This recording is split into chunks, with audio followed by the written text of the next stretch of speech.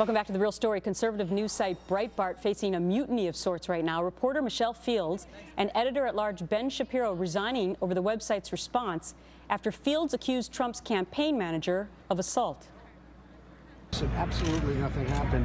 He didn't hear about it until like the next day. So I wasn't involved in it, but the Secret Service was surrounding everybody. They said nothing happened. Everybody said nothing happened. Perhaps he made the story up. I think that's what happened. Okay. Well, Michelle Fields talking about the incident with Meg Kelly, saying the website, they threw her under the bus. He is trying to get the nomination for a job that is the most important job in the entire world, the most powerful job. And he is blatantly lying. He's saying in his statement, there are no witnesses, there are no pictures, there are no videos. And I would just say to his supporters, look, I was privately a supporter of him. Well, my next guest also resigned over the incident. Kurt Bardella is a former Breitbart spokesperson and my guest right now. Kurt, I just want to draw your attention to it. I don't know if you know or not, but we've just found out in the last couple of minutes that now a couple of other people have also resigned from Breitbart. So now we have 5, including yourself. Your reaction? Well, I think it's unsurprising given how uncomfortable I think everybody there really is with how Breitbart's failed to stand up for one of their own. And regardless of what the details of what happened last Wednesday night with Michelle Fields at that Trump rally, at the end of the day, people want loyalty. Loyalty is a two-way street. And you either have your employees back or you don't. And it's been very clear from the behavior and the statements by Breitbart that they simply do not have the back of their own team. Well, why would they do that? I mean, if you say loyalty goes both ways, why would they not support her?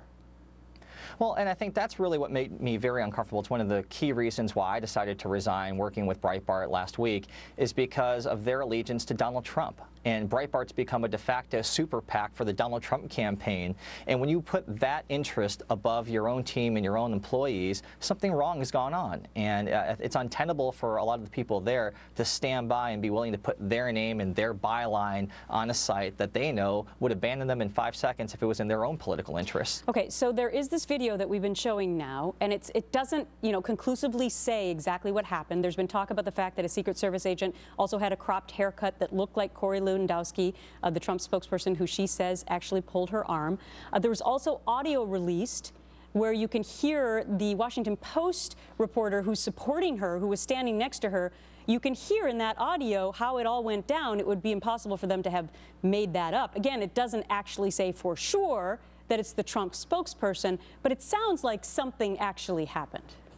Well, and that's the thing. I think that we're far past the point where anybody could argue that something didn't happen. Like you said, there's an eyewitness, a Washington Post reporter who saw it firsthand. You have the bruises on Michelle's arms, the pictures of which were made public. You have the video and various still shots that show that there was close proximity. I mean, at some point, we have to put common sense first and foremost, and it's obvious that something happened. The effort that's being done to try to prove something that just isn't true is ridiculous, and it's indicative of just how far people are willing to go to protect their own interests. Yeah, I mean, I think it goes on the other side too, because we heard Donald Trump also saying that maybe she made it up. I mean, maybe he doesn't know anything about what happened, but and we don't know here at The Real Story either. We're just presenting what's been out there thus far. But it kind of feels to me like, I don't know, it's a little like O.J. Simpson in a way. No matter how much evidence you showed that jury, they were never going to convict him. And I sort of feel that way right now in our society with politics in a certain way. It's like, certain supporters of certain candidates are just never going to be swayed no matter what you show them. Am I way off base on this? No, you're dead on, Gretchen, and I'll tell you, what we've seen in this campaign unfold overall is that facts no longer have their place in the political conversation and discourse in this country, that it's much more driven by emotion and by personality and this kind of TMZ, reality TV construct that's been created.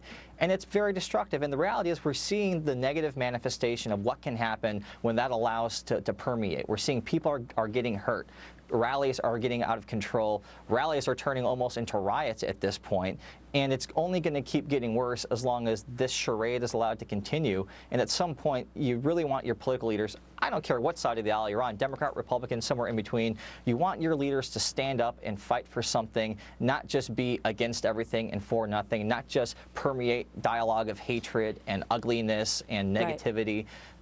People deserve better than that. And the most important thing you said is that you expect when you work for somebody that the loyalty goes both ways. So we will see how this continues to develop. Kurt Bardella, thank you for coming on The Real Story.